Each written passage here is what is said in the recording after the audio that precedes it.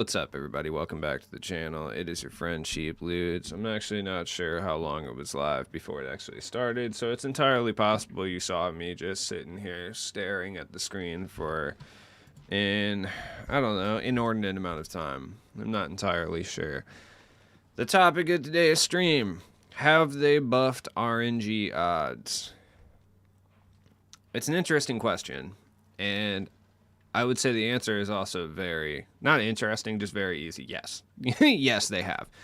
Not to spoil the entirety of the stream, but absolutely they have. Basically, if you follow any amount of people on, Twitter in relation to my team or any other social media platform or video platform, really, on my team, number one thing is flexing, right? So people will flex anytime they get some sort of a reward. That is imperative to understand before we kind of get moving on this. The reason I say that is because if you do not see flexes for a long period of time, that means that cards are difficult to achieve, right? Every pack day, and I mean every single pack day, my timeline is just filled with flexes on who people pulled and who people did not pull. Typically, the same thing happens when new RNG cards arrive.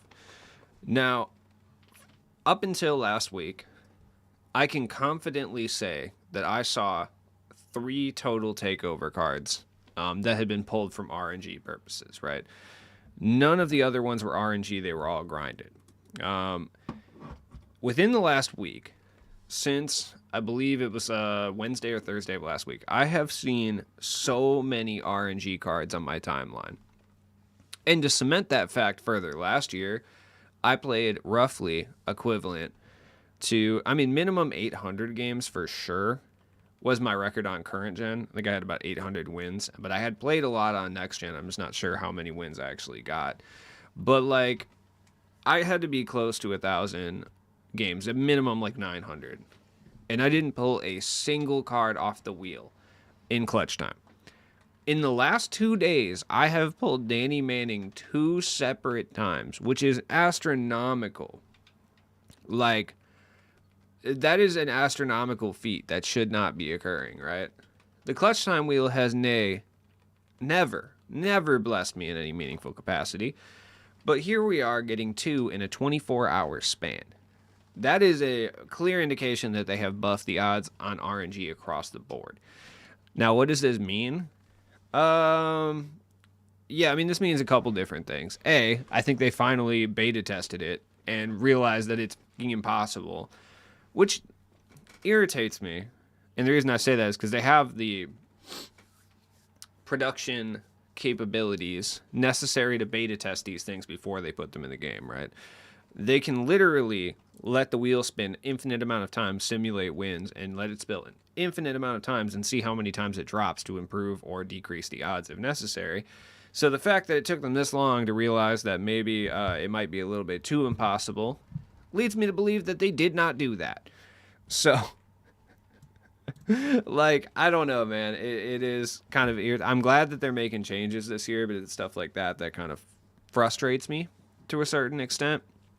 Not saying it's a negligent thing, but I am saying that it is something that they should probably have done a little bit more thoroughly before releasing the game. But it doesn't really matter because they have actually gone and made that change. Now, all I'm hoping for is a restoration of Triple Threat offline so that it's just all on Pro. And anybody who calls me trash because I don't want to play on All-Star TT, I'm sorry that you are a tryhard, and I hope you find meaning in other aspects of life. That's really all I got to say about that. But the odds have most certainly been buffed. So if you actually have the want to go get any of these takeover players, you quite literally have the ability now. It's still RNG at the end of the day, so there's going to be weeks where you're not going to get the card that you want. And I'm sure the RNG will be dialed down when something like a Dissinger or a Jack Marin or a Wayne Embry type card comes out. So it is what it is. As much as I like Danny Manning, and Kevin Johnson is pretty solid too. Realistically, they're not the creme de la creme of takeover cards. So I'm sure that once we get a truly cracked takeover card, the odds will be lessened again. But right now, you have the opportunity to actually get these cards. So it's worthwhile to actually go and do that. Okay, cool. We got a swole. Oh my god, Jesus, dude, fucking Avengers out here already. But it won't be the 50,000 game grinding one they gave you. Yeah, exactly. Yeah, that's what I'm saying. Like once we get a Dissinger, Wayne Embry, Jack Marin type card, the odds will go back to being heinous as per usual. I always regret playing clutch time in the middle of the day. I've gotten 3 Kevin Johnson, still going for his hollow, though. Hell yeah. Got Elvin Hayes 4 times last week. My God. Damn, even Jacob got some? That's crazy. I got 0 all year, then Jones and Manning back-to-back weeks. Yeah, for sure. 100%. So, I mean, they definitely... God. I just know I'm about to get beat up. It always shocks me when I play... guys with teams like this and then they don't have a My Team logo. Like, you know what I mean? They haven't finished Unlimited. That always tweaks me out. Because it just means that I'm dealing with either somebody who paid a lot of money that isn't necessarily very good at the game, or they are clutch time demons. And clutch time demons are typically the people I want to stay away from the most, because like they live and die clutch time for some reason. Damn, where y'all getting these cards Unlimited? I got mine from the clutch time wheel, which is crazy because that has never happened to me. I quite literally have never gotten a single reward from CT. So it's kind of crazy that even occurred. But I've seen it pretty much across the board, really. Like anywhere you can think about getting a card, you'll get a card. There you go, Danny Manning. Ugh. What's up, Fiji? What up, man? But yeah, I mean, pretty much everywhere. Clutch time co-op, like every single place, like I've seen these cards pull up. Oh, what is this offense that we're running here? I'm confused. Good contest. Look at that. I love Devin Booker. I will say that my enjoyment of this game has gone up probably tenfold since I got Devin Booker and Danny Manning. Just because I'm not necessarily even that I'm winning games right now. It's just that it's like more fun. Oh, wow. I really thought I was going to draw the foul there. I got 3 Elvin Hayes, so OP. Yeah, I'll be honest. If like your RNG luck was not necessarily, I don't want to say wasted, but like, you know what I mean? If Elvin Hayes was your treasure that you received, that's kind of rough. Maybe they buffed them on Thursdays before reset. I don't know. No, I mean like... Mine were on Wednesday and Tuesday. Like it was between Tuesday night and Wednesday morning were when I got mine. My Danny Mannings. I wish I would have got Eddie Jones, but it doesn't really matter at the end of the day because I ended up getting Devin Booker and Tyler Hero the next week. So I was like, God, motherfucker. There we go. That's what you get. That's what you get, dude. There we go. We're rim running hard body out here today. I'm getting my centerpiece, dude. We're getting Jimmy Butler finally. I don't even really need Jimmy Butler at this point. Like, is Jimmy Butler that much better than, like, Tyler Hero? Probably. Like, it don't matter. But it's fine. The trophy card's outdated. So the pink diamonds are. I mean, Westbrook and James Worthy aren't. I will say there's certain guys who are still very, very good. Like, Westbrook, James Worthy, still good. I wouldn't say that any of them are necessarily outdated. I think a lot of people have gotten fatigue from using them for too long. Like, I feel like a lot of times cards don't necessarily get outdated in my team. People just get kind of irritated because they've been using the same cards for too long. So, and that happens to me too, even from like a budget perspective. Like, Danny Green is not outdated. Like, you can still run Danny Green, and he's very effective. But it's like, I got burnt out using him for so long that it's like, oh my God. Oh my God, dunk meter. Ron Artest is better than Jimmy. Yeah, I mean, if you have 400, 500K for Pink Diamond Ron Artest, then yes, he is better than Jimmy. But, most people don't have that. Look at Big Vooch out here, dude. So, it depends. Like, certain players are not outdated. Like, I would say Ilgauskas is outdated through the current meta because people are just going to use Kareem and just destroy you. or Hakeem. You know what I mean? Due to the fact that they're speedy, so they're kind of outdated. Like their time in the pasture is past. But when it comes to like Westbrook and Worthy are not, I wouldn't say they're outdated by any means. Like Worthy especially, I don't think is outdated. Westbrook, you could argue he is because like guys like John Wall and Gary Payton exist. But I would say that Worthy is absolutely not outdated. Obviously, like Jimmy and AD are not outdated either. AD is still top tier power forward, and Jimmy still, granted, not really as great as I hoped he was going to be. Uh, and if I could go back in time, I would not even go for that division period because none of those players were really helping me. I would rather have the, AD's division where I could have AD and Worthy, who would still quite literally be in my lineup. But you know what? It's all good. I don't have a time machine, so it's fine. You thought. Pull-ups. Oh, I'm being gatekept from AD by a single trophy piece. That's fucked up. Good contest. Dude, this man is getting all the rebounds. This man's playing 2K22 over here. I don't even have any of the trophy case cards yet, and all I need to get one whole division is 5 centerpieces. Yeah. I mean, it's like that for a lot of people. LC, a lot of people say that. A lot of people say that the pack odds are actually better outside of the days when the packs are being opened, which would make sense because there's a lot less people opening them. And I've always had a theory that the amount of people opening the packs have a direct correlation to the pack odds themselves. So it's not really shocking if that were to be the case. Obviously, 2K would never release how the pack odds work because it would be negatively impactful from them. But that's kind of how I believe. 2 words, Gordon Hayward. I've been seeing a lot of Gordon Hayward hype too. Like, I actually used to hoop with Gordon Hayward last year. Like, my pack odds are lit as soon as they drop. See, I think it's just different for everyone. I don't think there's really any rhyme or reason to the pack odds necessarily. I know people seem to think they have strategies for the most part.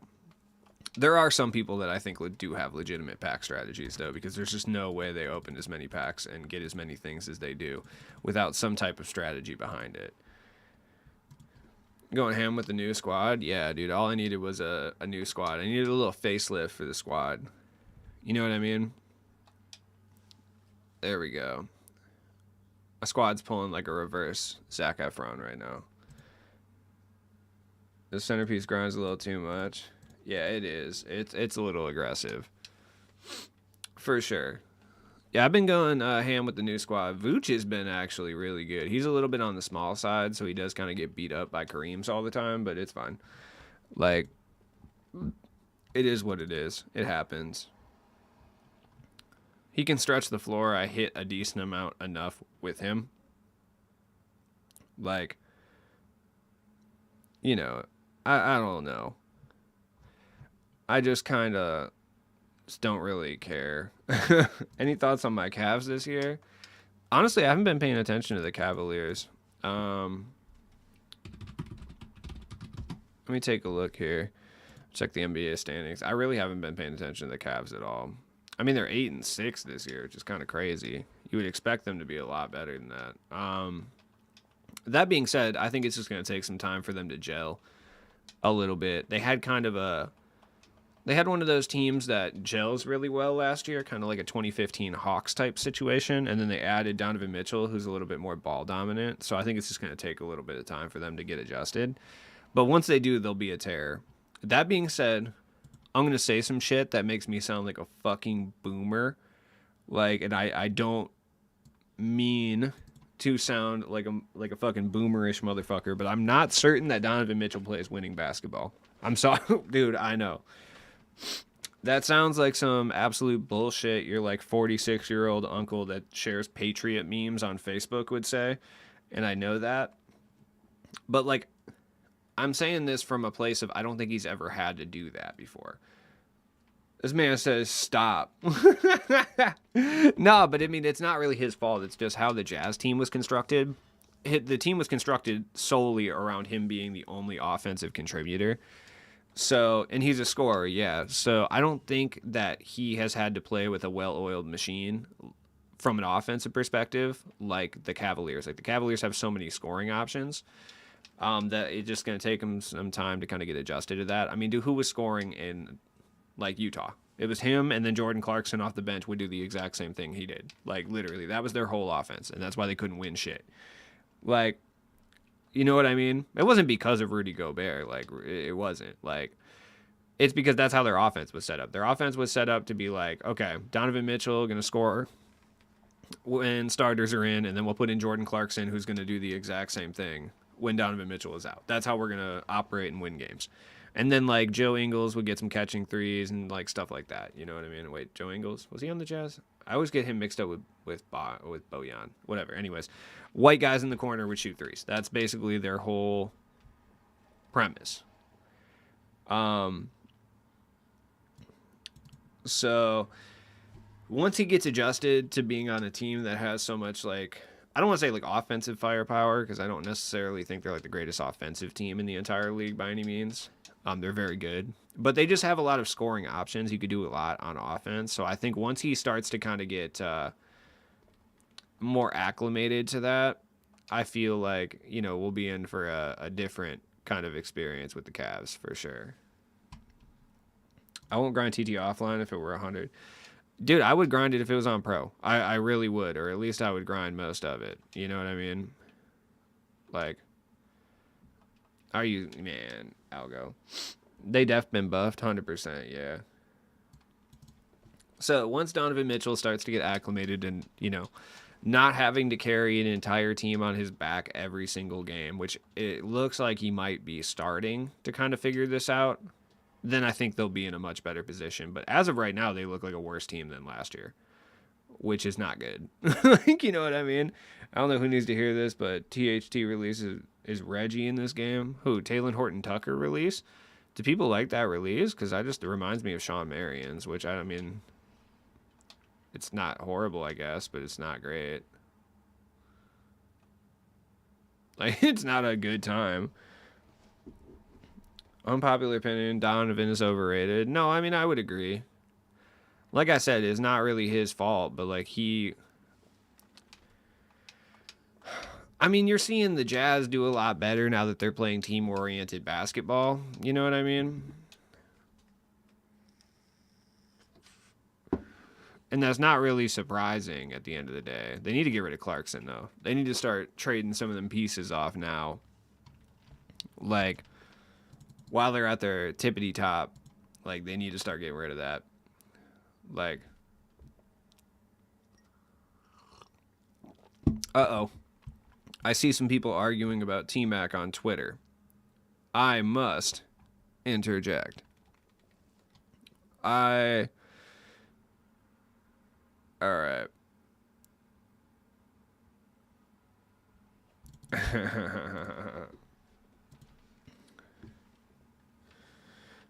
I mean, I think he's overrated just strictly. It's like he's overrated, but it's not his fault. You know what I mean? When people are overrated and it's not really their fault, like that's kind of what's going on with him, I feel. That's my opinion of it. Are you fucking serious?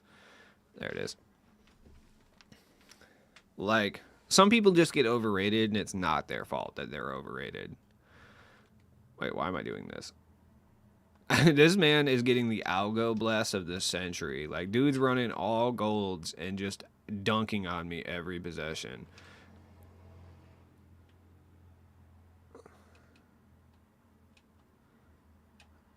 Oh my god, there's no way Gold Valanciunas stopped me? That's crazy. I don't even need to lock in. Remember when Kardashian left his team? Oh yeah.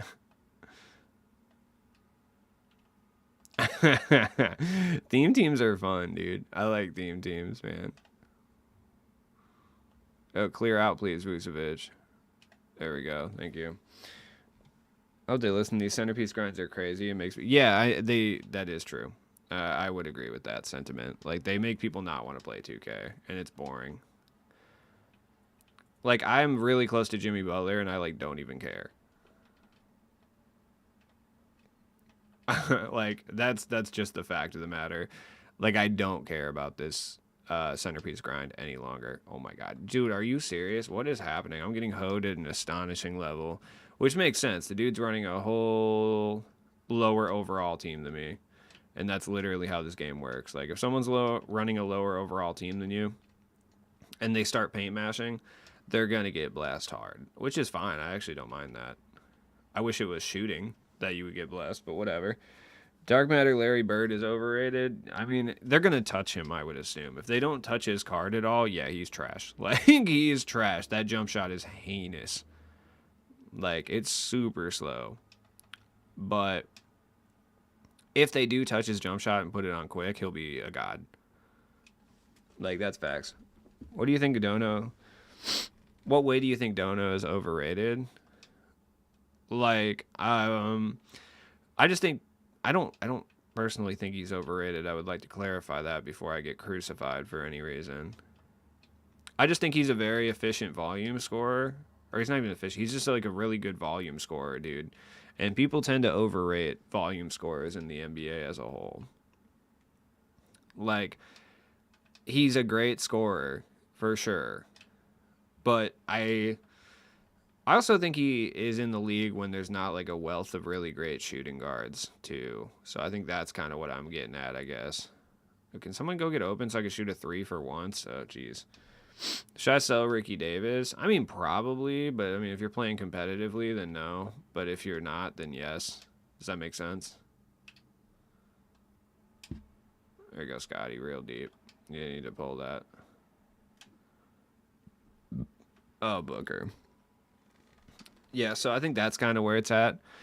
Like, this isn't the early 2000s anymore, or the mid 2000s, when the best players, I was going to say cards, when the best players in the league were either big men or shooting guards. Like, back then, I think point guards got overrated. Like, I'm going to say this right now, and people are going to be pissed, and they always are when I say things like this. But, like, I think to a certain extent, guys like Jason Kidd kind of got a little overrated in the 2000s because there was like no good point guards then. Like back in the early 2000s, like Jason Kidd was the best point guard in the league, and I think he was a really good player, but I think he gets a bit overrated sometimes because when you look around the league during that time period, there was really not really very many elite level point guards. Like one of the best point guards in the league in like 2002 was like Steve Francis. You know what I'm saying? So it's like kind of a, he was fantastic. I mean, yeah, I'm not saying he wasn't good. I just think he gets slightly overrated due to the competition of which he had at the time. Look at what he did to LA. Are you talking about? You're talking about Jason Kidd? From that point of view, like I'm not saying he's an overrated player. I'm just saying because of the lack of talent at the position of which he played at the time, he gets slightly overrated. That's facts. Like, I just don't think there was a whole lot of point guard talent. I mean, like, I'll Google it right now. Like, best point guards, 2002. Like, no, best point guards, right? So let me just look at the top 50 players in the NBA during that time period. Jason Kidd, who was great. Like, don't get me wrong, dude. I just think he's a little bit overrated as a point guard due to the era of which he played. It's not his fault. Like, Gary Payton was old as shit, and he was the second best point guard in the NBA at that time. Allen Iverson, I mean, if you count him as a point guard, he was there. Which, I mean, I do to a certain extent. Steve Nash was kind of blossoming a little bit at that point. Like, but, like, according to this, the top 5 point guards in the NBA at this time were Jason Kidd, who was clearly the best point guard in the game, in the league, Gary Payton, who was still good, but was, like, literally old. Like, he was on the way down for sure. Steve Francis was young, hadn't smoked crack yet, so he was still he was pretty good, though, but I wouldn't say he's like an all-time great by any means. Baron Davis and Mike Bibby. Those are the 5 best point guards in the league during that time period. You know what I mean? So, you get what I'm saying? He made the field look... He didn't make the field look mediocre. The field was mediocre, okay? This game is bad. Accolades are accolades. The point guards aren't like today's, but objectively...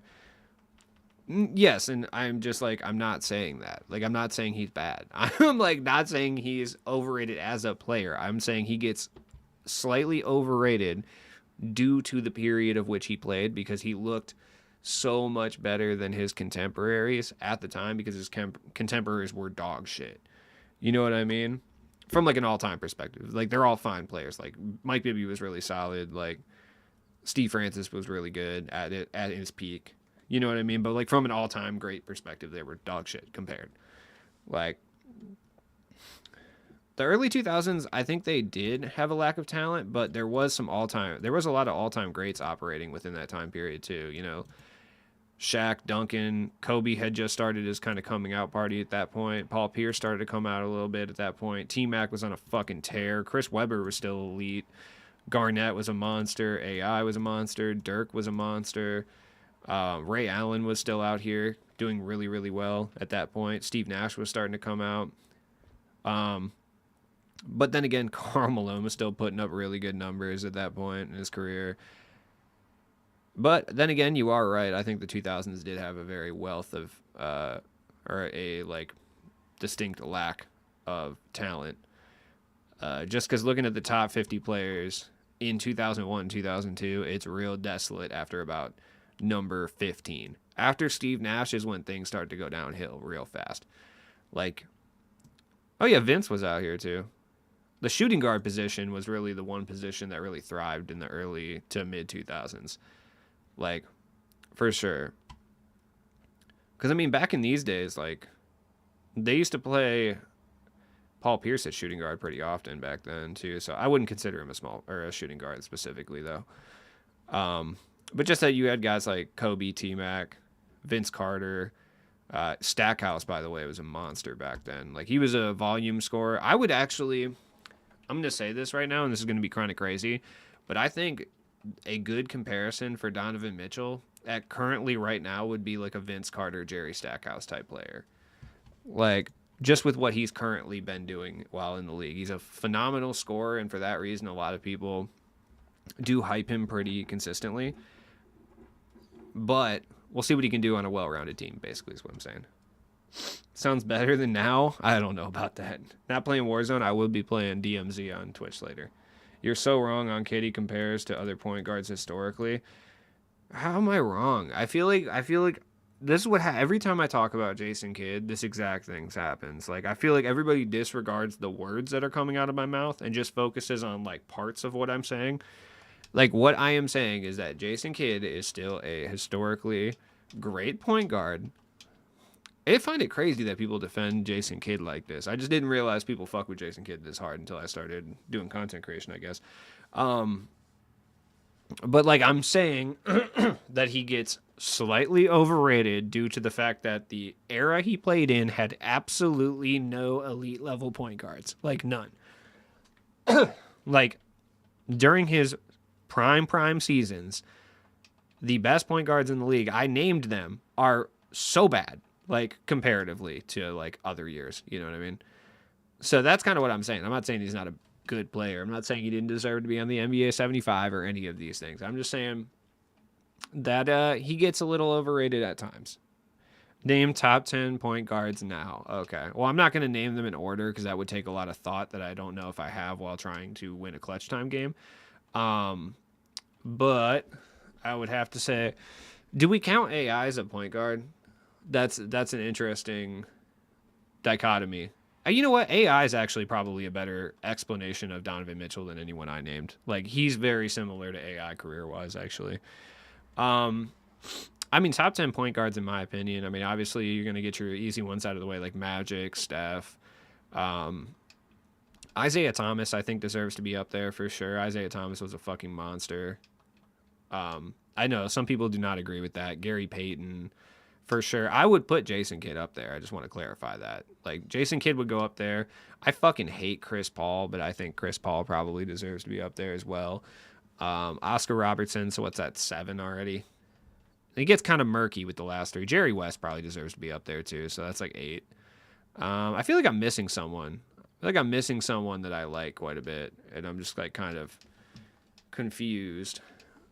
Who am I missing? There's someone that I like a lot that deserves to be here. Alex Caruso? No. Walt Frazier. You could argue Walt Frazier's there. I mean, it's possible. Oh yeah, Stockton is probably the person that I'm thinking of. Thank you. I don't know. I don't know how to feel about Russ. I don't. Russ is a iffy one. Like, I'm not sure how to feel about Russ from like a top 10 perspective. I would say the last two spots of the top 10 point guards of all time are very like subjective. Like, I would say the only locks would be guys like Magic, guys like Steph. I would even say Jason Kidd would be a lock in most situations. You know, Isaiah Thomas, Stockton, Jerry West, like those guys, Gary Payton. I feel like all those guys would be locks. And then the last like two spots, you could fill with anyone. Oscar Robertson also a lock, obviously, but the last two you could fill with anyone. You could say Russ if you really want to. You could say Kuzi. You could say it depends if you count Allen. If you count Allen Iverson as a point guard, then I would say Allen Iverson deserves to be there too, for sure. But I'm a huge Allen Iverson fan, so it's like I don't know. I could just be biased, you know. Dude, don't be letting me shoot. Oh, but yeah, Gary for Kuzi is what I would say. I would say Gary Payton over Kuzi for sure. Russ is a beast. Yeah, I mean it's just like I said, it's subjective when it comes to Russ. Like, some people are even gonna say like Dame, which is I think is incorrect. I like Dame a lot, but I would say that you can't leave out Russ and then put Dame in. Like that's what I'll say to that.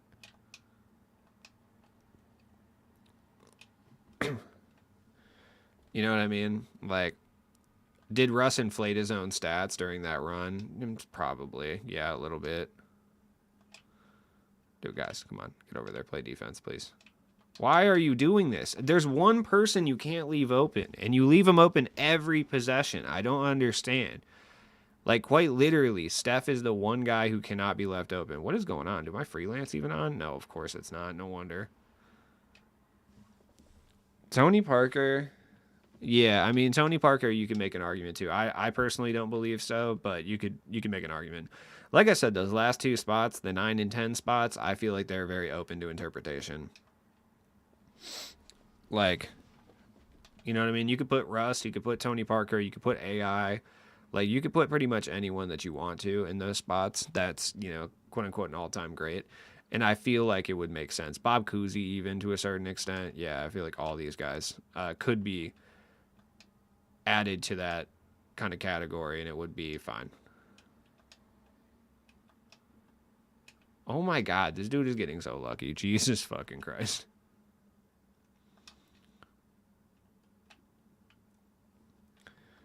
Walt Frazier, yeah. Oh yeah. Walt Frazier, definitely.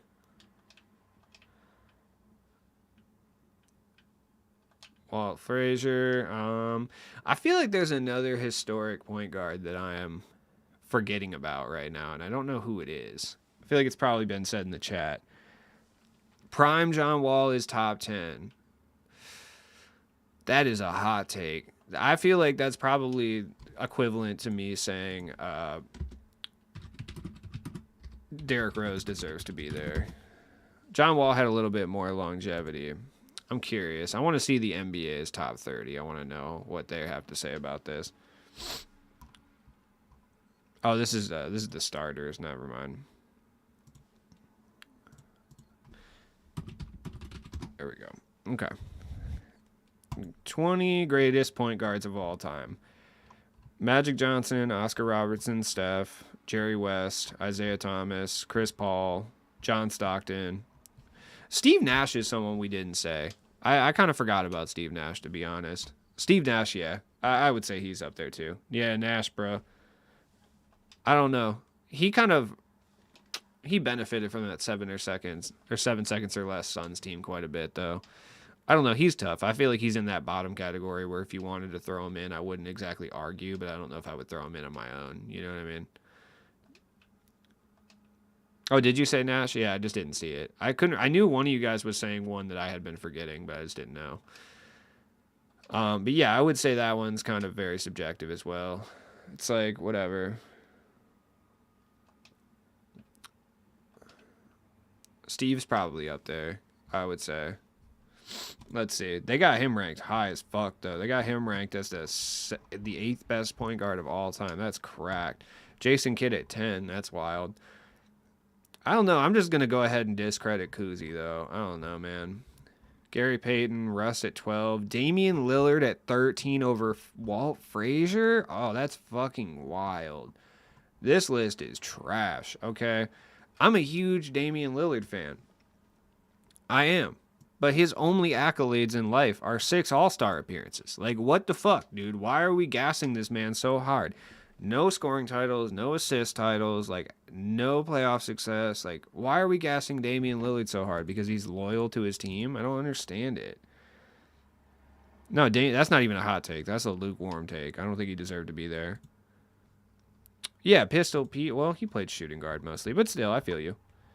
Nate Tiny Archibald might even have... I think he actually has more of a case to be higher up on the list than... Damn, I think Archibald was in the NBA 75, right? Yeah, he was. Pistol Pete. Pistol Pete actually has worse career accolades than Dame, though. Like, he's only got 4 All-NBAs, 5 All-Stars, so he's actually worse than Dame from an accolade standpoint. But he played significantly less time already. Tony Parker, Lenny Wilkins. Was Lenny Wilkins NBA 75? I feel like he was. They got Kyrie at 19, so this list is getting fucking desolate, dude. This list is getting super desolate. Jesus. All right, I don't agree with the Kyrie stuff. I think Kyrie is probably the most overrated player, quite possibly at this point of all time. I stand firm on that.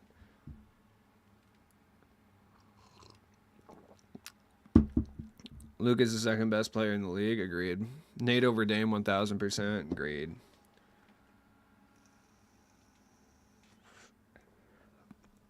I agree with you, Augustine, but the thing is, I think the thing that makes me hate Dame is the same people who fucking trash Tracy McGrady on a near daily basis over the fact that he never had any playoff success will fucking suck Damian Lillard's dick for the same reasons. It drives me insane. Like, the same people that would be like, yo, T-Mac's fucking busted. He never made it out of the first round of the playoffs, bro. And they'll be like, dude, he had no help. His best teammate of all time was a broken-ass Yao Ming and a broken-ass Grant Hill that was past his prime. And you'll be like, oh, well, yeah, whatever. And then they'll be like, Dame's the greatest, bro. Like, look at what he does with no help. And I'm like, look, no offense to Dame, but if you give T-Mac those Trailblazers teams that were assembled around Dame, which weren't great, let me expressly say that they were not great teams, but they were better than the Magic squad that he was on. He probably has just as much success. That's all I'm going to say. Who are we talking about? Kyrie? No, Kyrie's the most overrated point guard of all time. I stand firm on that. We can agree to disagree on that, and I feel you, and I'm not gonna argue with you or anything, but like I fucking hate Kyrie. Like, I hate Kyrie, and it has nothing to do with his like weirdo mentalities. It's just that since the moment this man did like his first little crossover in the NBA, people are like, yo, he's the greatest ball handler of all time. I'm like, bro, what? That's such a weird metric. There's no way to measure that. There's no way to measure that. The game evolves over time. So like, first off, let me explain something that needs to be expressly explained here.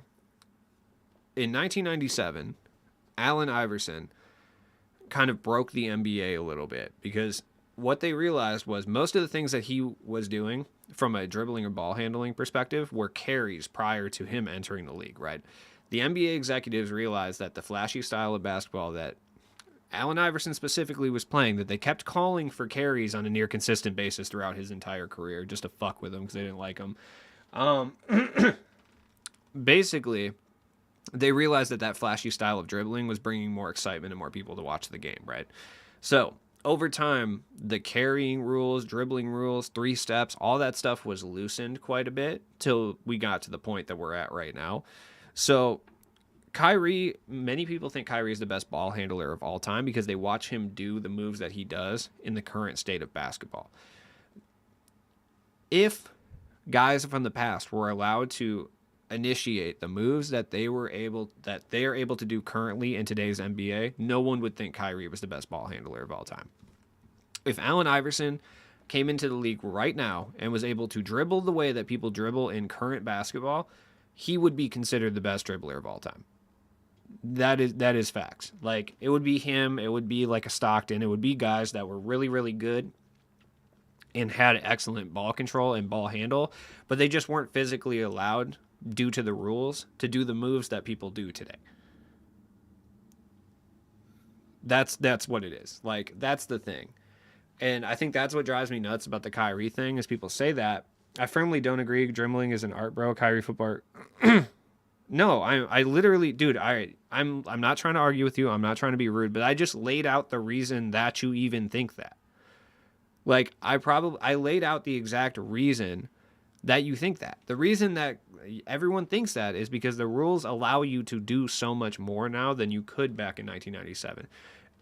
AI could easily, in his prime, and I mean easily, do any of the things that Kyrie does from an athletic or footwork standpoint. But the problem is the league was so fucking tight about that shit back then that if he even did one up and over move, they would call it a travel, or they would call it what was I saying? A carry every single time. So he wasn't able to display that footwork that you can display nowadays. So now you really sound, no, not really. It's just like, it's facts. Like, that's what it is.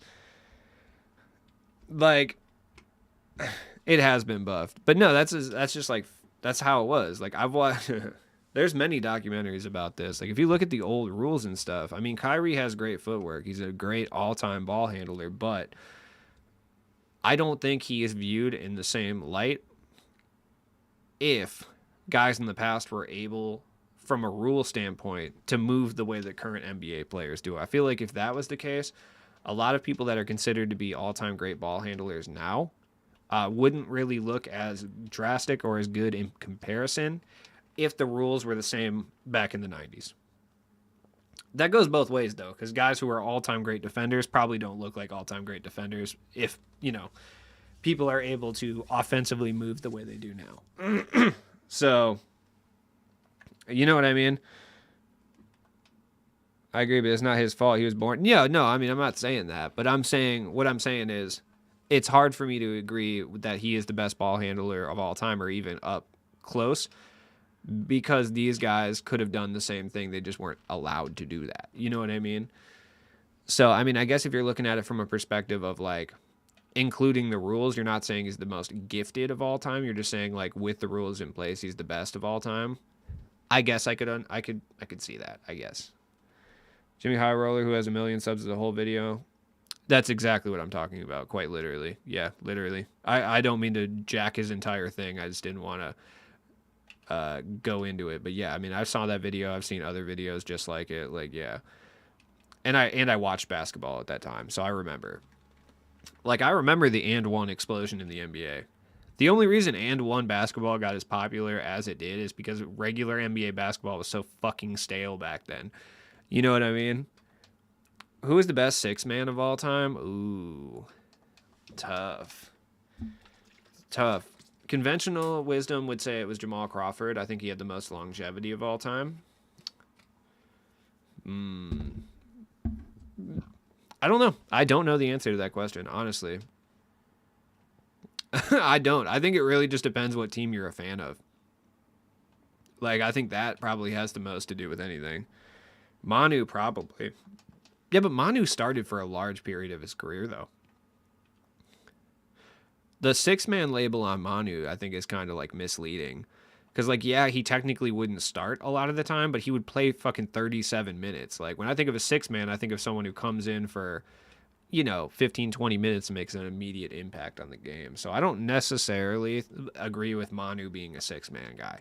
Later in his career, yeah, but he would still play fucking 30 minutes a game. You know what I mean? He played starter minutes. He just didn't technically start.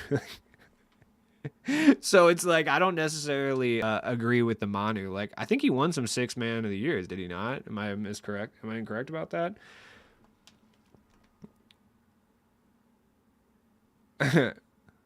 So I don't know. I don't agree with Manu. Is all I'm saying. Like, my man was a starter, dude. Like, don't be leaving Franz Wagner wide open. There we go. Good. Wow, that was a horrible pass. Oh, look, it don't matter. Danny Manning. Ah. Manu has a trophy case of his sixth man. Yeah, the sixth man of the year moniker for Manu is just whack. I feel like they just did that so he could get the trophy. Sounds fucked up, but like, come on, how are you gonna be sixth man of the year and play 38 minutes a game? Like, bro, you're tripping. That's like not what the award is supposed to be for. Skip to my Lou. I liked Ray for Alston, dude. Of course. I mean, I was a white kid in the Midwest. Of course, I love and one basketball. Shit was fire. I remember a bunch of kids would rock the hot sauce sleeves back in the day. You know, definitely not hot sauce skill levels for sure, but they would rock, you know, the hot sauce sleeves would be like it'd be like a short sleeve white tee, and then they would like shred the fucking sleeves so they would be like tassels almost. Those were sick. R.I.P. Escalade. Hell yeah, dude. I remember going to play at the YMCA in like 5th grade, and I played against these kids, bro, and they would call themselves people from and one, bro. So they had like a little fat kid on their team, and they would be like, Escalade all day. That shit was so funny.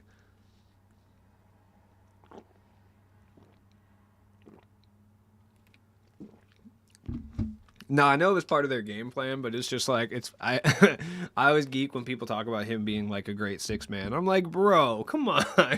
Like, come on. It's kind of like if I tried to call myself like a Call of Duty streamer, but I only streamed Call of Duty for the first 10 minutes of my streams, and then the next 2 hours was all my team. You know what I mean? You'd be like, what the fuck are you talking about, dude? I feel that. Jamal's my boy, dude. I mean, he was a Bulls legend for 2 seasons, basically. Speaking of games that go hard, what y'all know about street hoops, dog?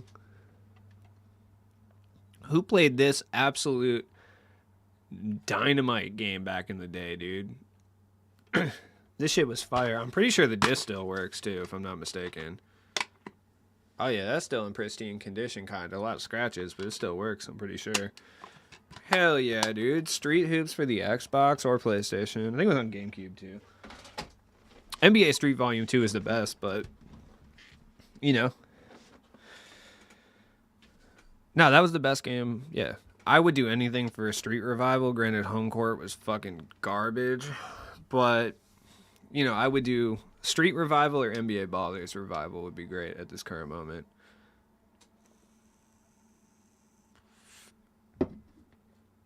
Street Hoops was sick, though. I am a Bulls fan, unfortunately. Our team is fucking dog shit this year. I think the Bulls organization really got saved by the DeMar DeRozan signing because if, like... It was always going to pan out because even if he averages the same kind of consistency that he did with the Spurs, he's still an excellent pickup for that amount of money. But like, I think the Bulls organization gets a little saved by that DeMar pickup because like, other than that, every move that we made has been absolutely dog shit. Like, you know what I'm saying? Like, inking Zach LaVine to that massive deal, the Vucevic trade, like, not one thing that we've done has been a positive, realistically. We got saved and blessed. Well, we didn't. Their organization got blessed up real hard by that move, specifically, and that move alone. I hate the current Bulls team. Like, I do. I really do. I was pissed when we traded for Vucevic. Because, like, dude, all I've wanted for the past 5 years is for us to fucking blow it up. We were supposed to blow it up when we traded Jimmy Butler. That was the whole reason we traded Jimmy Butler, was to blow it up and rebuild. What did we do instead? We saw Zach LaVine be kind of good, and we're like, you know what, dude? Let's win now. Let's do win now stuff. Like, let's win now again. We were supposed to blow it up after Rose. Didn't do that. Signed Pau Gasol, Rondo, fucking Dwayne Wade. Tried to run it back for some reason. We just are in love with getting the 5th seed. I'm just convinced that the Bulls organization fucking loves the 5th seed, dude, because that's all we ever do. We always just get in the middle of the playoffs, get our ass beat in the second round. Like, we'll clear the first round, you know, we'll beat up, like, a shitty-ass team, like, and then we'll just get fucking wrecked in the second round for no reason. And that's us every year. And that's been like that pretty much my whole life. The 2000s was like that. Pretty much every single year we would get between the 7th and the 5th seed. with Kirk Heinrich, fucking Ben Gordon, like Andres Nocioni, Lul Dang, and then we would just get beat the fuck up by like the Celtics or like the Cavaliers or like someone like that was definitely at a different level than us. And then, yeah, we did take Zach injured too, which is real unfortunate. Which that wasn't a bad move. I don't think that was a bad move. He had a lot of hype surrounding him at that point and a lot of promise. So I think that was actually good. We got some good value for Jimmy at that point. But regardless, my whole life has just been the 5th seed. Then we finally get Derrick Rose, and we're like, okay, we're like competing now. He blows his ACL out, and what do? What the fuck do we do? Oh my God. We continue to try to win without him. Instead of blowing it up, like when Derrick Rose was out for 2 years, what we should have done is tanked immediately. Like, immediately we should have fucking tanked. But instead, we decided to bolster our roster with some veterans and shit, and then we go on playoff runs. Like, what the hell is wrong with us, dude? Okay, fair enough, you know. You want to keep competing, you want to get good pieces, so when Derek comes back and he's healthy, we can make another run. All right, fair enough. Well, he comes back and he's not healthy anymore. All right.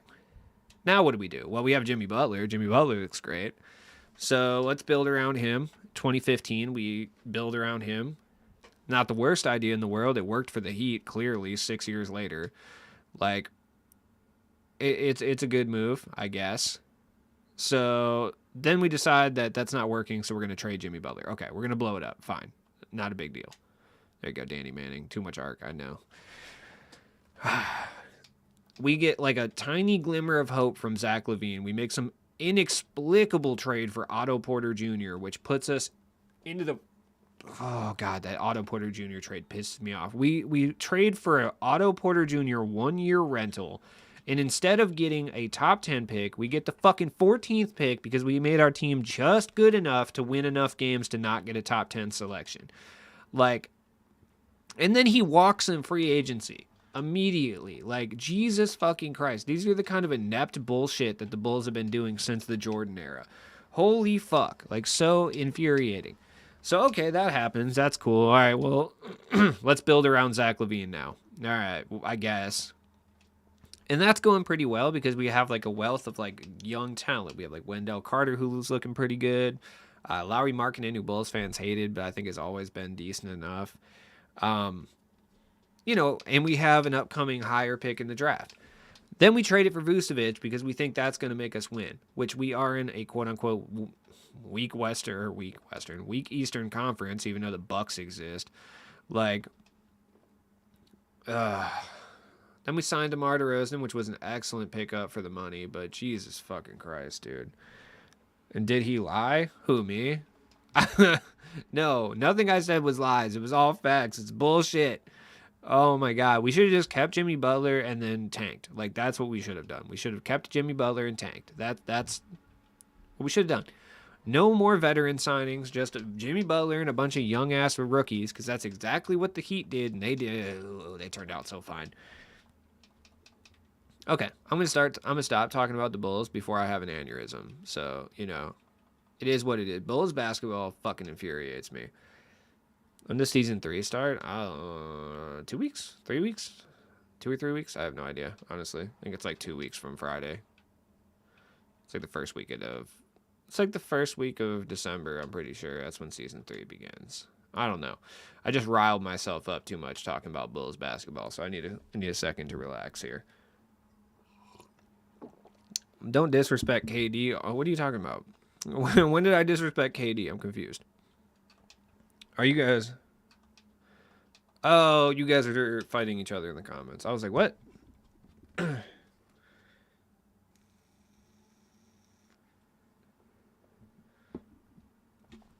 He bluntly explained why we're bad. Well, I think what he was meaning to say was that it was like a poorly constructed roster. Like, I think that's what he meant to say. It just came off like rude. But like, it's true. They don't even have a point guard. Like, they're not even using a point guard right now. Like, you know what I mean? They literally threw KD out there and said, yo, win games, cuh. Like, Ben Simmons is fucking dog shit. I don't know what happened to Ben Simmons, truly. Like, people like to write a weird narrative that Ben Simmons was always ass, but he wasn't. So I just don't understand what happened. Yeah, Edmund Sumner. That's what I'm saying, bro. Like, they don't have it. He's not even a true point guard, bro. Like, they don't even have a point guard out there. Jesus fucking Christ. He's got anxiety, bro. What the fuck? That's fucked up. Bulls fans since the 80s. Yeah, so you've been around pre Michael Jordan too. You know the ineptitude these motherfuckers showed back in the early 80s as well. The Bulls have only ever succeeded upon getting extremely fucking lucky. Like, that's it. Phil Jackson, on the other hand, that's not the case. Like, he actually, made decisions that benefited them extremely well, like bringing Dennis Rodman in because he could handle him. But like, they got lucky with Scottie Pippen. They got super fucking lucky that they got someone that talented when they did. Someone that no one else had any like idea would turn out that good. But other than that, I mean, the early 2000s Bulls were fucking garbage. The mid 2000s Bulls just were in a fucking vicious cycle of getting the 5 to 7 seed every single year. Promise and hope arrived in 2008 with Derrick Rose.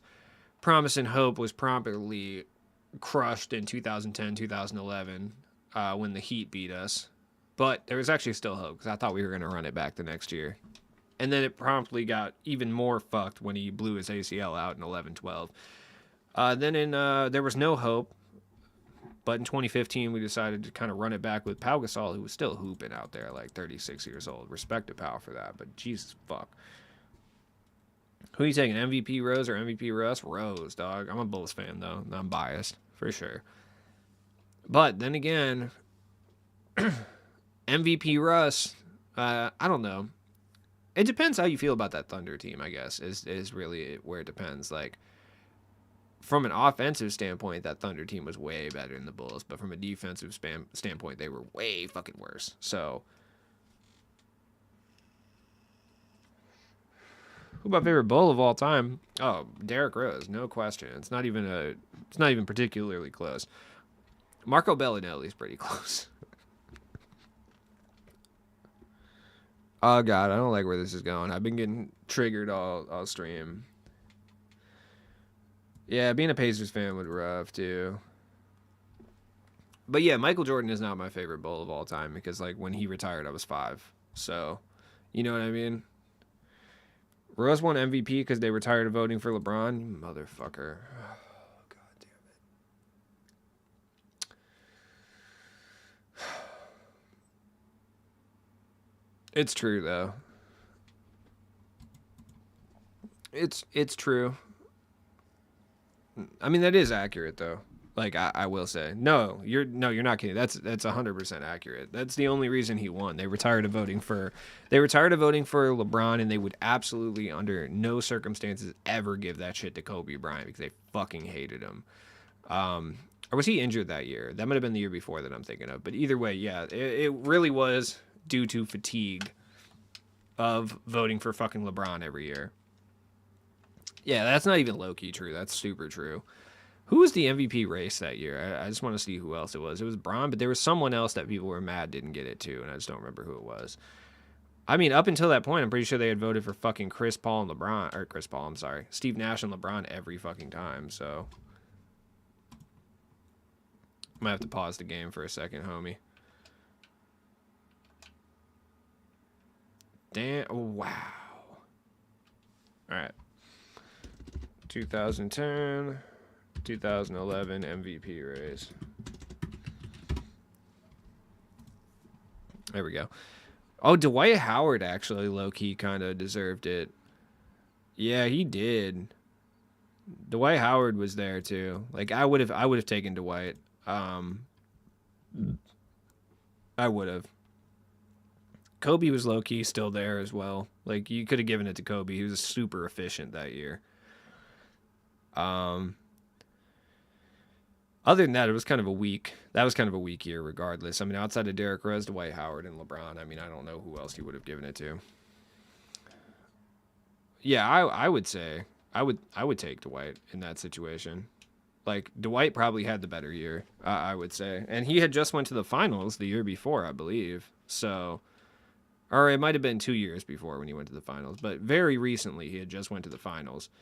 So it's like, and that team was still winning 50, 60 games prior to that. So, yeah, I would say that, yeah, Orlando Dwight probably deserved it the most out of anyone on that list.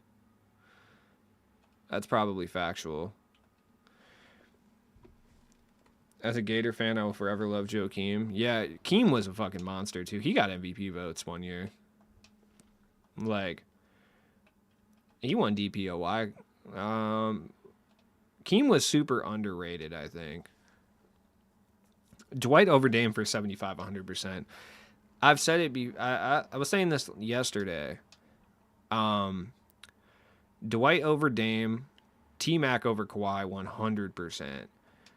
And then, no, I was saying Alex English over Dame, T-Mac over Kawhi, Dwight Howard over AD for NBA 75. That's what I was saying. Hot take of the century, Kawhi did not deserve to be on there. Neither did AD, neither did Dame. Like, I'm sorry.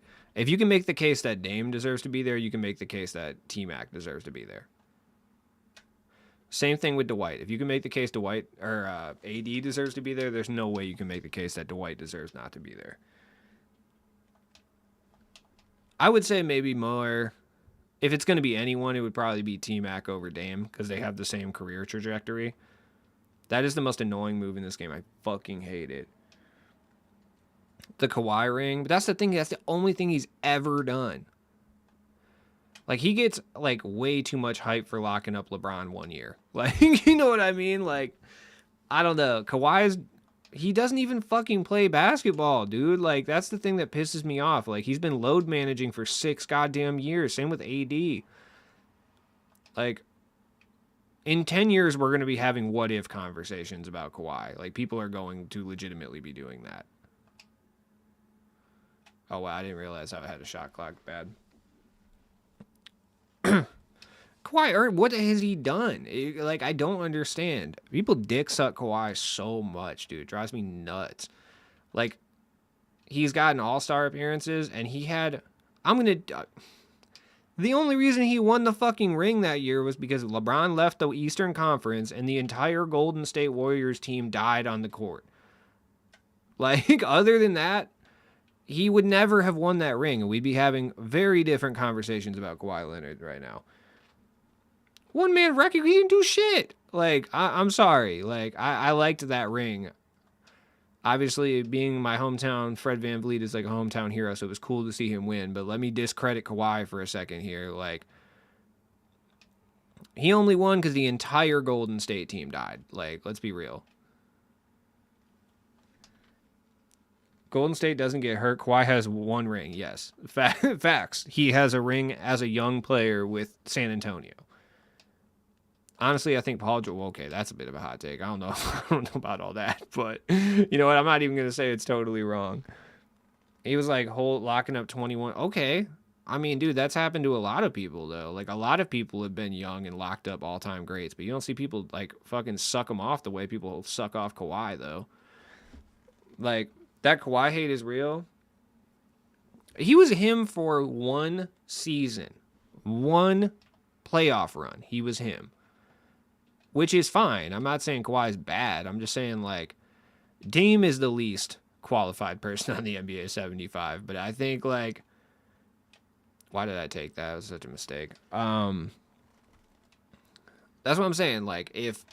Klay Thompson doesn't get injured and Kevin Durant doesn't get injured. If just one of those guys don't get injured during that final series, like, our view of Kawhi is massively different than it is right now.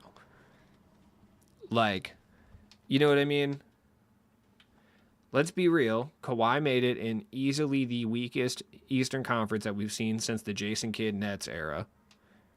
Like, who were the top teams in the East at that point? Like, the 76ers, who could never really get it done at that point in time. Okay, so give Bruce Bowen a spot in the list, too, because, yeah, he locked up Mad Stars. But Tony Allen deserves to be there because he fucking shut down Kobe in the finals. Like, you know what I mean? Kawhi is a great player. I'm not going to deny that. And I'm sure there's still a possibility that he could come through and ball out this year and take the Clippers to the finals because that Western Conference is wide open. But until he does that, I'm going to say that he is one of the most overrated players of all time. Like, for sure. Like, I'm not a Kawhi hater. I actually like Kawhi a lot. I just think that people overrate him, and I think that's why it makes me mad. Because I do like him. There we go.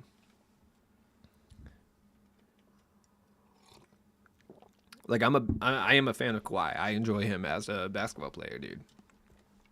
I like the way he played basketball. I like the way he drives a Tahoe from 1998 for no reason.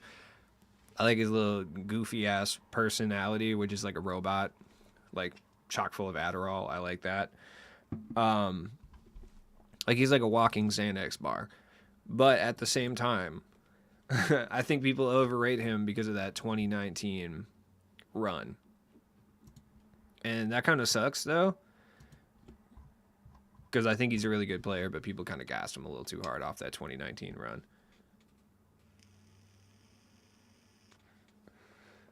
Yeah, I mean, I was being sarcastic. But, like, that was the narrative at the time, was that Tony Allen locked up Kobe. He was the Kobe killer. You guys remember that?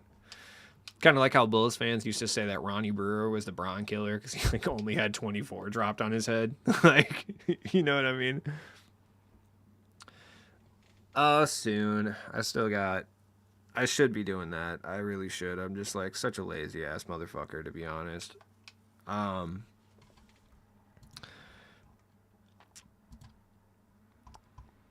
There we go. Let me see what's up.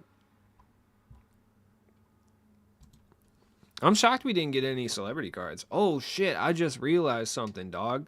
I'm about to finish clutch time. What a momentous occasion. That we have a lot of the same basketball takes because we watched during the same era. Yeah, facts. Any news on tomorrow's promo? No, we usually get those. Usually in about 2 minutes, we receive notice of what we're getting for like the season 2, like New Frontier, like that kind of card drop that we're getting tomorrow. So we'll see that in a few minutes. If not in 2 minutes, we'll see that in an hour. And then after that, an hour will go by, and then we'll start to get information on the promo, which I'm not really sure. You know what I mean?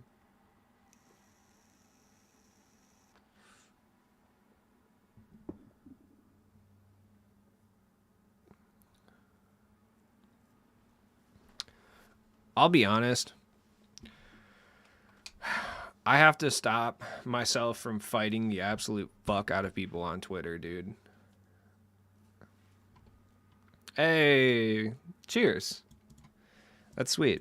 That's awesome. Well, hello from America. Co-op with substream, rotate 2 players, play until we stop streaking. I like that idea. Yeah, I'll probably do it on Twitch, but I like it. It's crazy how quickly centerpieces went out. Yeah. Well, I don't know, dude. Like I said, I think I said at the beginning of the stream, or I might have been talking about it on Twitch yesterday. I just can't remember because everything kind of blends together at this point.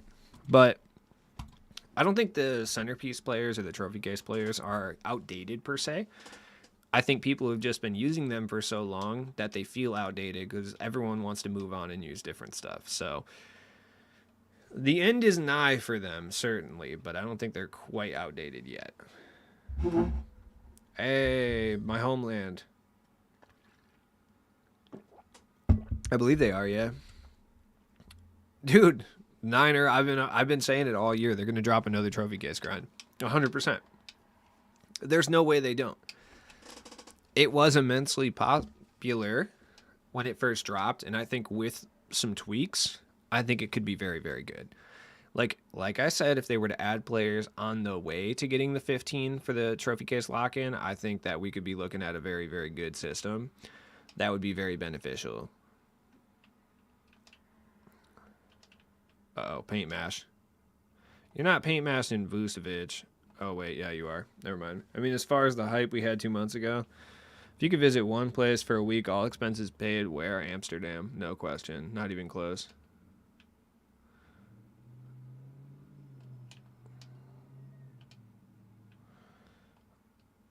Oh, there it is.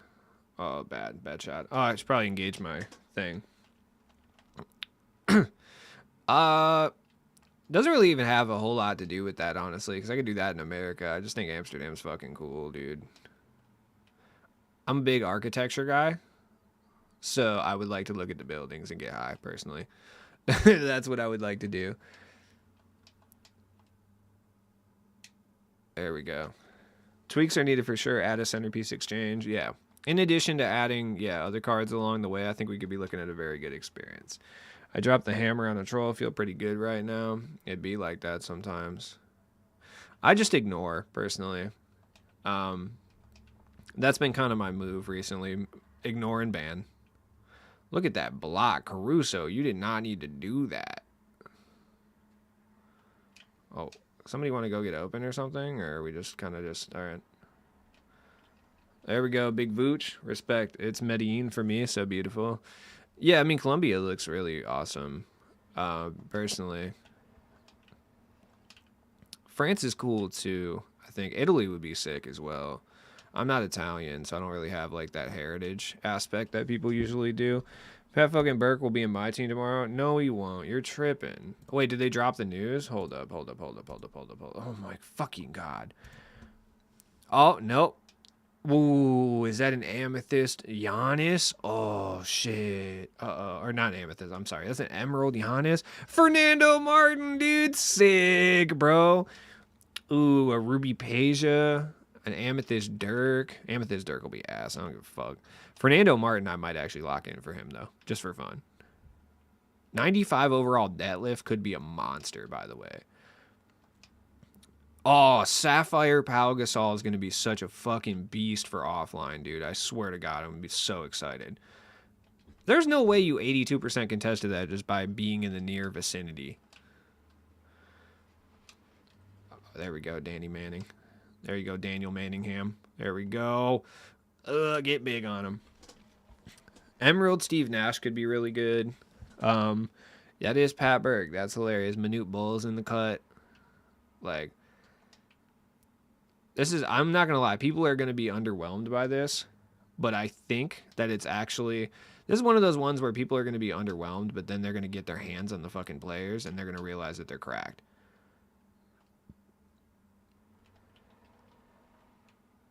There we go, Scotty.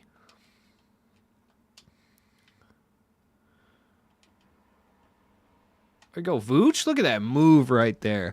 Like, Danilo Gallinari might be really good. Fernando Martin, I don't know what to expect from him, but he should be good.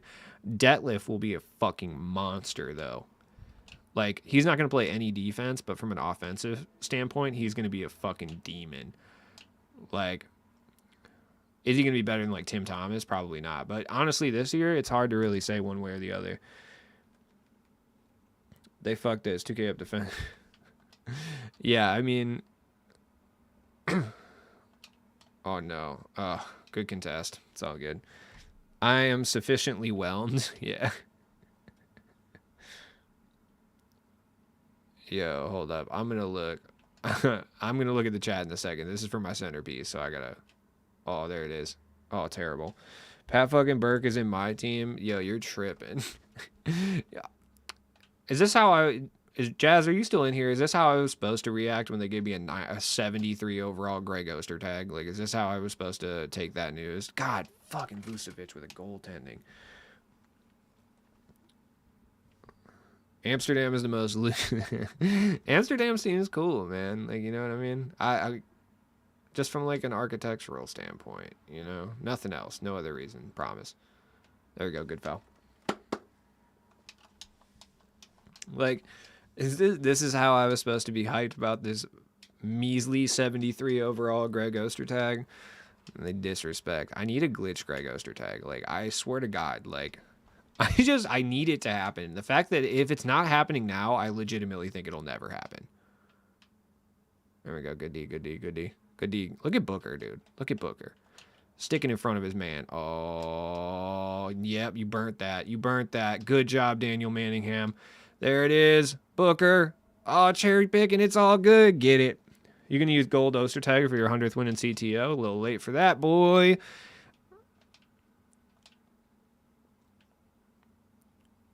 Yeah, you thought that was gonna work. I love beasting on teams that are more expensive than mine. Oh,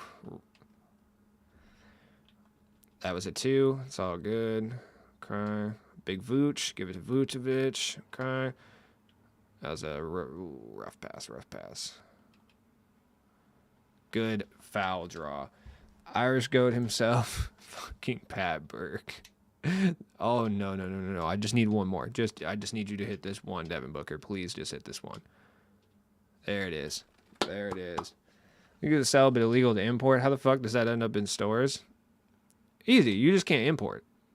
Yeah, you just do hydroponic labs. Easy peasy. Like, it's not really anything crazy. Like, you know what I mean? You just grow your own. There it is. Pippin. Oh my God.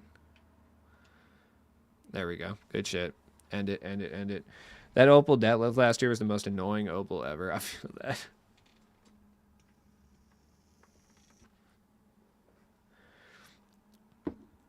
Motherfuckers don't want anyone to see you happy. A free pink diamond Shea would be the best thing for the mode. The World's Showcase. By the way, this means that the promo pack that we're getting tonight is probably going to be themed the same, because that's how it's been the last 2 times this has occurred.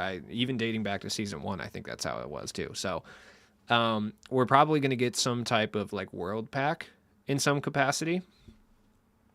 There we go. Look at the centerpiece, bro. Centerpiece exchange. So we're going to get some type of world pack. I'm not really sure what it will be, though. Shit, I think my stream just fucked up. I'm not sure. Yeah, it did. We're... Okay. Successful. Yeah. Nash. No. I think Kobe. Kobe came from Italy, technically speaking. So it's possible that that's what's going on.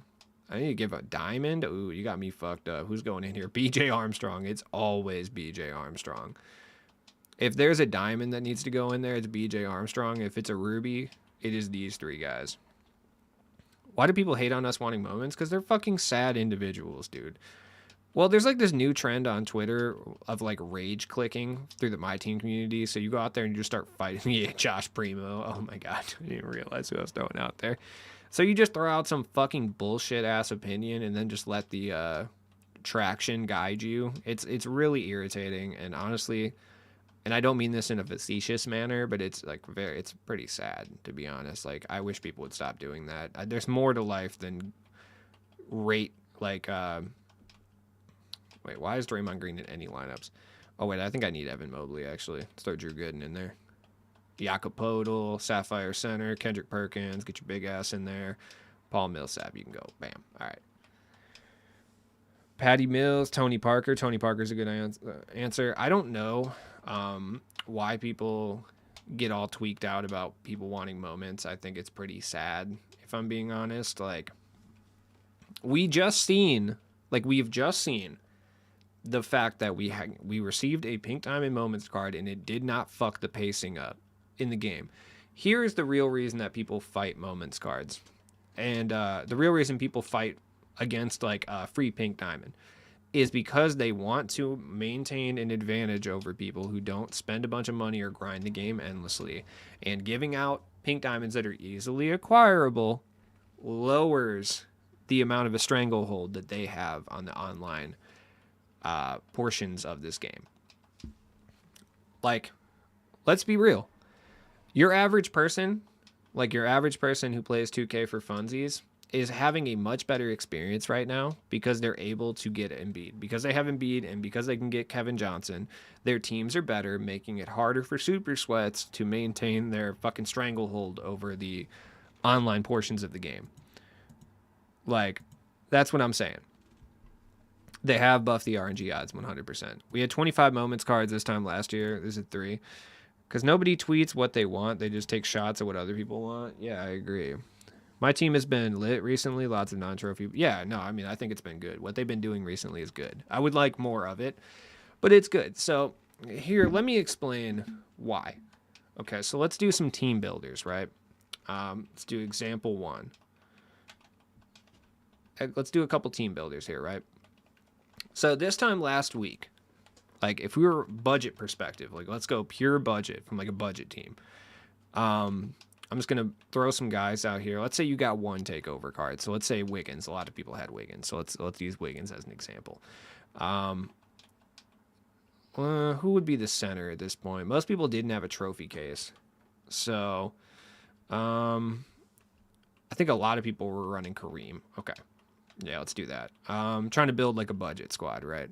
So like I'm going to build an extreme budget squad.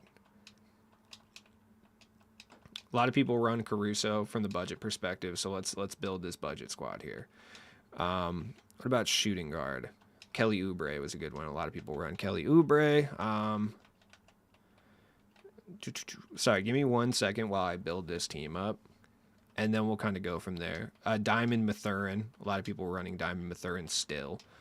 So I'm trying to build like what would be a good budget squad like last week. I think a lot of people were still using Paolo. And then from a center perspective, probably Ben Wall is probably over Paolo. It's probably like this. So this would have been your average kind of team that you would run into from a budget perspective last week, right? And obviously teams vary wildly. Like obviously I'll throw a couple more guys in there. Like maybe people were running Brunson or something of that nature. But for the most part, they kind of looked like similar to this, right? Bol for center. Yeah, you can make the case that Bol was in there. I'll throw some more budget options in there. Jared Allen is not a budget option, right? Like, because he was fucking 50K at this point. So we'll throw Bol in there because he was technically a budget option. Who was another budget player I used to see quite often from the Amethyst tier? Bruce Bowen. And then typically Ron Artest would have been in there too, in some capacity. So this was kind of your average budget team, like a little bit ago. What are you doing back there? All right. Anyways, so this was kind of your average budget team like a week ago, right? Like this is kind of what you would be running into, right? You'd be like Caruso and Ron Artest, Wiggins, like Stoudemire, Amethyst, Kareem. Then on the bench, they would be running like Terry Rozier usually or someone of that nature. And then like Evo'd up Mathurin, Paolo, like Ben Wallace. Kelly Oubre was getting a lot of run, but a lot of times it'd be like Bruce Bowen or something. Aldridge, yeah, Aldridge is another one. I would say Aldridge over even Bol, honestly. So it would look something like this, right?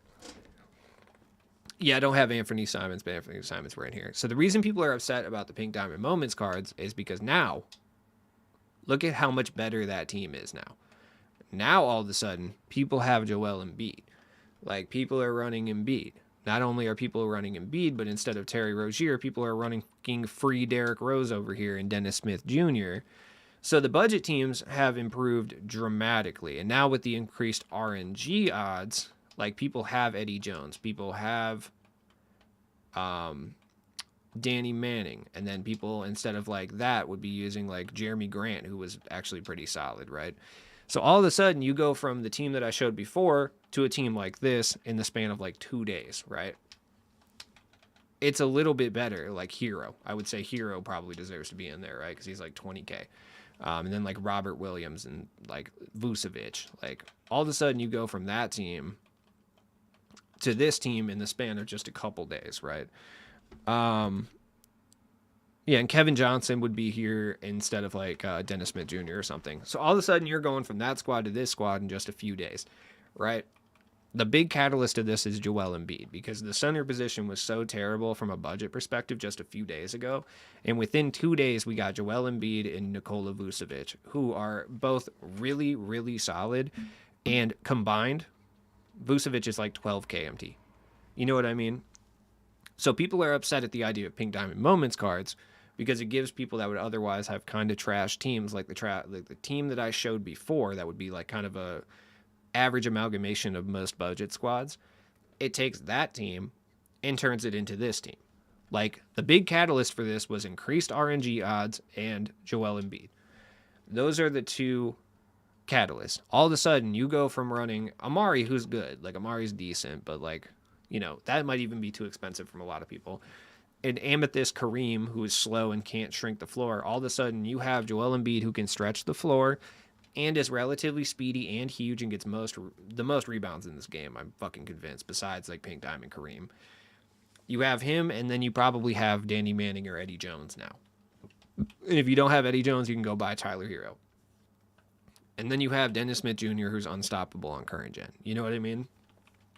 And, well, Kevin Johnson. So you throw Kevin Johnson right here. The starting lineup is way more cracked. So people who get upset about the idea of like pink diamond moments, like small grinds, because they're trying to actively gatekeep these higher tier cards that would improve people's teams from people that need them so that they can have either a sense of superiority or a better chance at winning when they play online. Simple. They have a go-to guy now. Exactly. They have a top tier player that they don't really have to do much with. Or they don't have to do much to get. So that's kind of the reason that you see people caping for this weirdo fucking mentality. Like, oh man, it's like I don't understand why people cape for these strange kind of reasons. Like, they actively gatekeep cards, and it sounds like I'm doing some like Karl Marx shit right now, but it's the truth. Like, most bigger content creators, not even content creators usually don't give a fuck, but most of the time it's those Twitter sweatlord tryhard guys. They don't want these small grinds for players that are good because it makes them feel less superior at the game and evens out the playing field a little bit. And I think that's the big issue here. And it sucks ass, personally. Amy Tyson Chandler, yeah, definitely. Anyone else really dig Chuck Person when he came out? I didn't get him, so I'm not sure. He might have been good, though. But, I mean, that's the big difference here, is now if you had a budget squad, if you were running, like, a true, no money spent. Like, when I say true no money spent, I mean you're literally no money spent and you play this game less than 10 hours a week, right?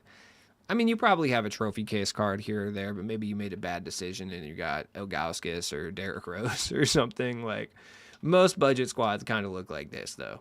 Like, most budget squads look similar to this. Then now you have options. RNG odds have totally been in your favor. You probably got Danny Manning, Eddie Jones. You got Joel Embiid now. You can pick up Vucevic for 10K to run your bench, or Jared Allen, who's cheap now. Amari's still hooping for you. Maybe you got Sean Kemp at the end of season 1. Maybe you're using someone other than Jeremy Grant, but I threw Jeremy Grant in here because he was a moments card that was released recently that people liked. So just to strengthen my point a little bit, but, you know, now you have options. Like, this team right here that I have, you could build this team for 50K. I mean, Caruso is the most expensive card in this lineup. Like, Ron's like 20. It's closer to 100K, I think, for this squad right here. Like, Vucevic is like 10. Manning and Embiid, Wiggins were all free. Obviously, if you don't have Wiggins, then you could go elsewhere with that, truly. But, I mean, Ruben Patterson actually would be a better option for, like, a budget squad. Motherfuckers love Ruben Patterson. For sure.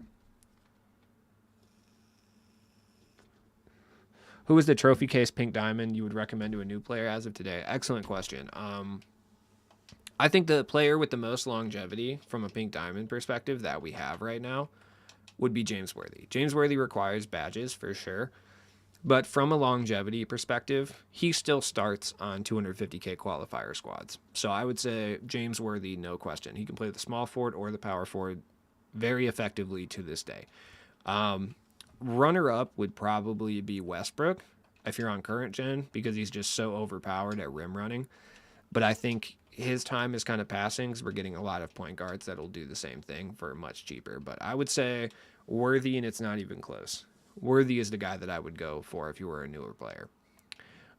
Sneaky also second pickup would be Gordon back to Blue Hayward, who's pretty good actually. So he's not terrible. No one on the East, I don't think, is really worth it. Jermaine O'Neal, it can be good with badge upgrades, but he's not going to have the same longevity that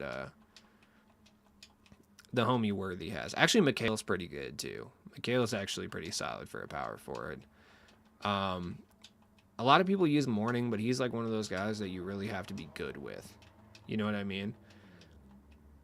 Richard Jefferson, too. Shit, I forgot about Richard Jefferson. Richard Jefferson is a rim-running god. Who is the only... the one... Oh, sorry. It's just the same comment. But, yeah. I'm interested. I would like to see. Oh, they deleted the tweet? Oh, wow, man, no.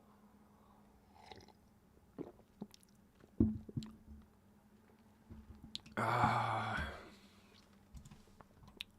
really wish that we would get a... I mean, Diamond Moments cards I think will do a lot for the mode, but let's take a look at Season 2 World Showcase before I get out of here, right? The cards, if you haven't seen them, so they teased a few of the cards. There's a Sapphire Pau Gasol, which it sounds like I'm overreacting to being so hyped about that, but if you are trying to get through these fucking triple threat offline or clutch time offline higher up games, having a lower tiered big man that will be as good, more than likely, as that Pau Gasol is going to be imperative. Ruby Manu, not stoked. Ruby Peja, I mean, he might have a clean jump shot, but that's it. Amethyst Dirk won't be that great. You know what? Gold Manute Bull will be cracked on rebounding, so I'll probably use him as well. Pat Burke is cool. Sapphire Tony Parker would be all right. Emerald Steve Nash might be fun. Emerald Giannis is going to be ridiculous, obviously. Then we got the lock-ins. Season 2 Select is Detlef. Detlef will be cracked. By the way, if you have any of the Select cards, I'd recommend getting rid of them now because they're going to drop from packs pretty heavily tomorrow. So, like, I can get 6,500 for... Patrick Ewing, so I'm going to do it. I'll end up pulling these cards tomorrow. If not, I'll just buy them back later. Like, it's not a big deal. You know what I mean? If I can get 6,500 for Pat, I'm going to do it. Who else? Kurt Thomas. If the homie Kurt Thomas is going to bring me... Oh, Jesus Christ. The reason I say sell them is because these cards always drop significantly in price when the actual packs come out. Like, Kurt Thomas will be 9,000 today. And then he'll probably be like 5K tomorrow. So, like, if you have these cards, sell them. And if you're looking to lock in for Detlef Shrimp, do not buy any of these cards today. Damn, that's my flawless 10 out of 10. Doug West, though, bro. I cannot get rid of the flawless. All right, he's only going for 5K, dude. Doug West stays. I don't give a fuck. I don't need the MT that bad. Like, I'm sorry. I can't get rid of the homie Doug West. But Danilo Gallinari looks pretty good. Do we have a Gallo? I think we do. Yeah, we have... he's a Boston Celtics. Do I have him? Hold on, let me take a look and see if I have Gallo. Okay, so I have Gallo. I don't know who Fernando Martin's gonna be. Like, let me just throw the homie Gallo in the lineup here. Because I want to test out his jumper, because I'm pretty sure his jump shot is really clean this year. Where is he? Is he power forward? Yeah, okay. I'm going to go into freestyle before I end this here. Test out the homie Gallo. Because let's see. I think AD is one of the most cracked gold cards before the next sets come out. Yeah, for sure. So, yeah, let's test out Gallo's jumper. Because that's the real selling point for him, obviously. So, there we go. Oof. Yeah, I don't know about that. I'm not sure if I like that. Damn, that sucks, too, because Gallo's jumper was nasty last year.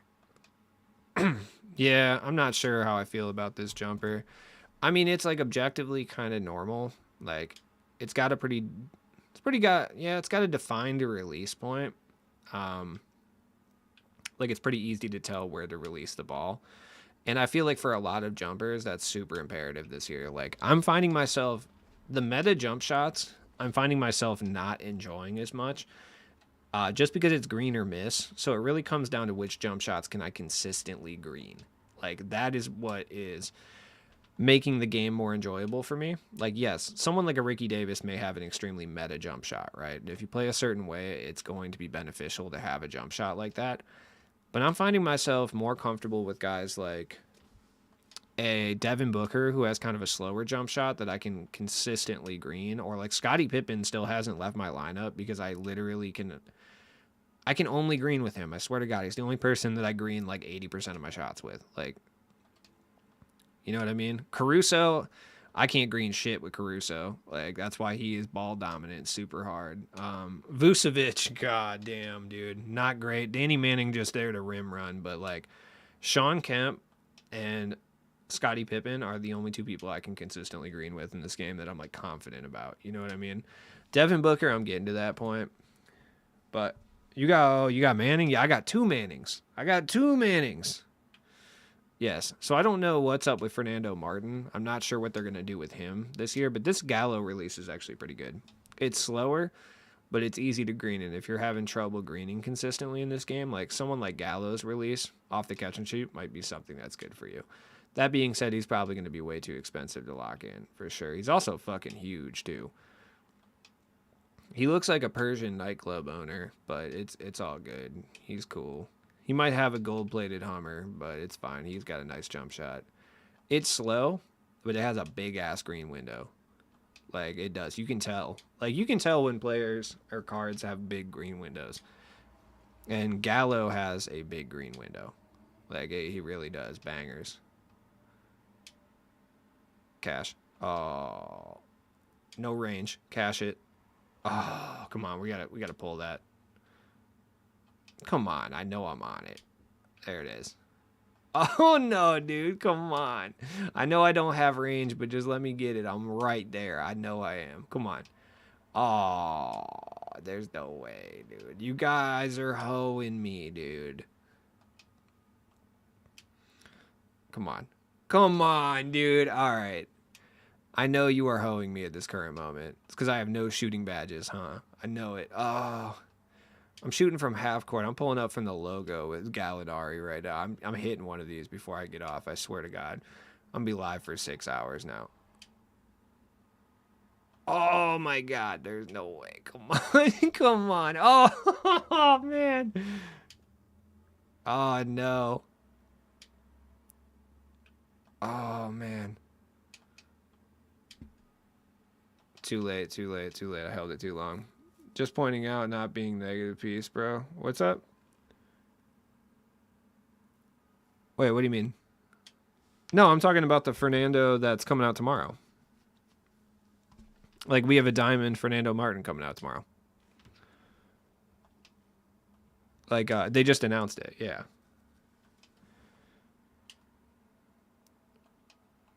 There we go. I hit it. Thank God. Dude, they didn't even want to give me that one. Jesus Christ. No, you're good, man. Yeah. No, I was sorry. I was talking about the one that's coming out tomorrow. Yeah, he was a DM last year.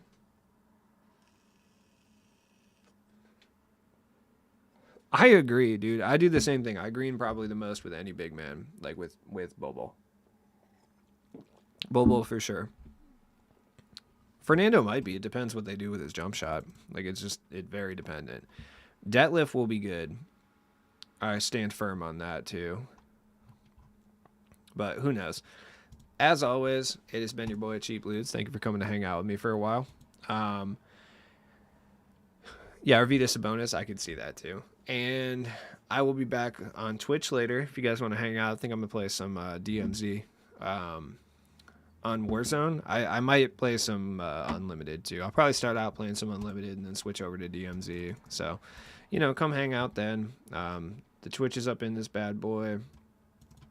But, I'm exhausted, so I will see you guys later. Peace.